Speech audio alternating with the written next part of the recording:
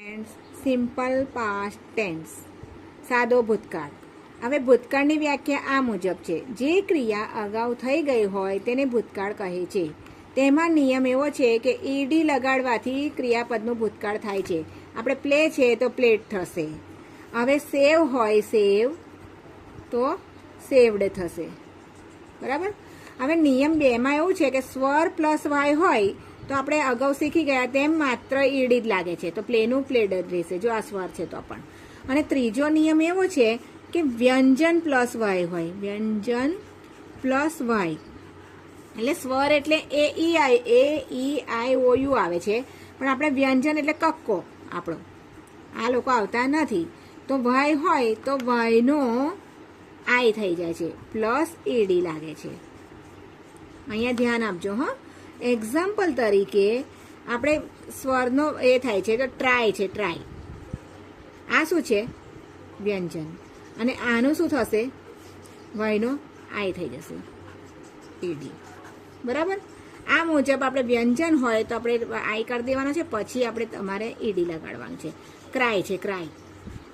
આ ક્રાય છે આ વ્યંજન છે અને આ વાયનો શું કરી દઈશું આપણે અહીંયા ક્રાય ક્રાય આ વાયનો શું કરી દઈશું અહીંયા આઈ અને ઈડી લાગશે. સ્વર પ્લસ વ્યંજન હોય તો આ વ્યંજન બેવડાશે. વ્યંજન બેવડાય અને ઈડી લાગે. એ તો એક્ઝામ્પલ આપણે જોઈશું એટલે ખબર પડી જશે આપણે. એક્ઝામ્પલ અહીંયા તમારે છે બેગ.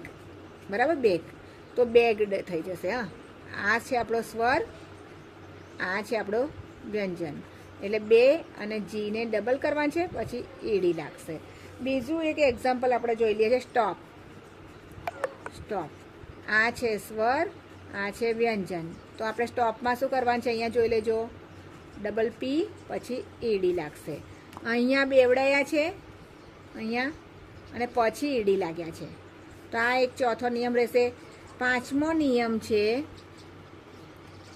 ભૂતકાળ કરતા એવા ને એવા જ રહે.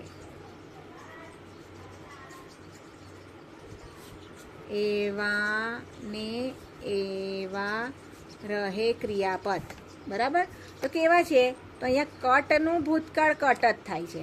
કટનું ભૂતકાળ કટ. પૂટનું ભૂતકાળ પૂટ રહેશે. પૂટ જ રહેશે. હા આપણે મારે કટ ને કટનું ભૂતકાળ કટ ને પૂટનું ભૂતકાળ પૂટ જ રહેશે અને રીડનું ભૂતકાળ પણ રીડ જ રહેશે.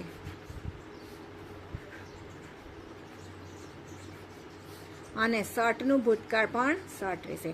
માત્ર ને માત્ર ચાર જ છે એવા કે એમનો ભૂતકાળ એવું ને એવું રહે છે. આ બેઠા માર્ક આપણે લેવાના છે.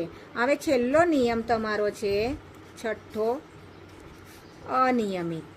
અનિયમિત અનિયમિત એટલે બદલાઈ જાય છે. આખા શબ્દ જ બદલાઈ જાય. શબ્દ જ બદલાઈ જાય. જેવા કે ગો છે તો વેન્ટ થઈ જશે. સ્ટેન્ડનું સ્ટોડ ગીવનું ગેવ સીટનું સેટ સીનું શો ફોલનું ફેલ સિંગનું સેંગ થઈ જાય છે. રનનું રેન થઈ જાય છે. ડ્રિંકનું ડ્રેન્ક થઈ જાય છે. બાયનું બોટ થાય છે અને ડ્રાઈવનું ડ્રો હિયરનું હર્ડ રાઈડનું રોડ સ્ટીકનું સ્ટક ઈટનું ઈટ અને ટીચનું ટોટ થાય છે. આ ટોટ જોજો યાદ રાખજો ટોટ બોલાય છે. સેનું સેડ કમનું કેમ ટેકનું ટૂક. આપણે ભૂતકાળ કરતા આ લોકોને બદલી કાઢવાના છે અને આ તમારે યાદ જ કરીને તમને યાદ રહેશે. યાદ જ કરવા પડશે. ડ્રોનું ડ્ર્યુ રાઈટનું રોટ રિંગનું રેંગ ફ્લાયનું ફ્લ્યુ થ્રોનું થ્ર્યુ સેલનું સોલ્ડ કેચનું કોટ હાઈડનું હીડ વિનનું વોન મેકનું મેડ ગ્રોનું ગ્ર્યુ અને ટેલનું ટોલ્ડ. બસ આ મુજબ તમને મેં નિયમો શીખવાડ્યા બાળકો. તો આ નિયમોમાં તમને કંઈ ભૂલ હોય અને એના માટે મેં તમને 5 ખાલી જગ્યા કરાવું છું. 5 ખાલી જગ્યા જોઈ લેજો મારી એટલે તમને યાદ આવે. ક્યાં યુઝ કેવી રીતના કરવાનું એ જોવાનું છે. તો અહીંયા જુઓ તમે દીપક ખાલી જગ્યા લેટર યસ્ટરડે. દીપકે ગઈકાલે લેટર લખ્યો હતો તો આપણે રાઇટનું શું કરવાનું છે અહીંયા જવાબ જોઈ લેજો તમે રોટ. આ રાઇટ હતું તો શું કર્યું આપણે રોટ કરવાનું છે.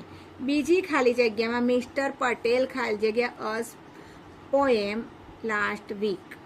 અમને ટીચ શીખવાડી હતી શીખવાડી છે. તો ટીચનું શું આપણે અહીંયા કર્યું હતું? જુઓ તો અહીંયા ટીચનું ટોટ અહીં બતાવજો જ ટીચનું ટોટ.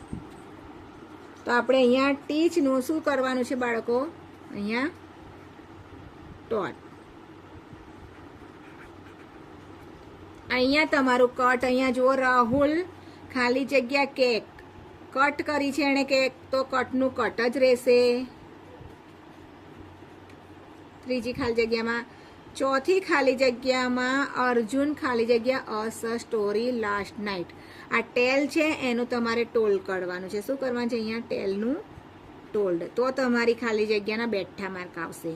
અને અહીંયા પાંચમું છે વિપુલ ખાલી જગ્યા ફાસ્ટ યસ્ટરડે. વિપુલ દોડ્યો હતો, તો આપણે રનનું તમે શું શીખી ગયા છો? રેન. તો આ મુજબ ખાલી જગ્યા કરજો મિત્રો, અને એના બીજી 10 વધારાની ખાલી જગ્યા કરજો. કોમેન્ટ બોક્સમાં લખજો, અને કંઈ પણ નિયમમાં ખબર ન પડી હોય તો મને કોમેન્ટ બોક્સમાં લખજો. અને મારી સમજાવવાની પદ્ધતિ તમને જો સમજમાં આવી હોય તો લાઈક કરજો અને સબસ્ક્રાઈબ કરવાનું ભૂલતા નહીં પ્લીઝ. Thank you.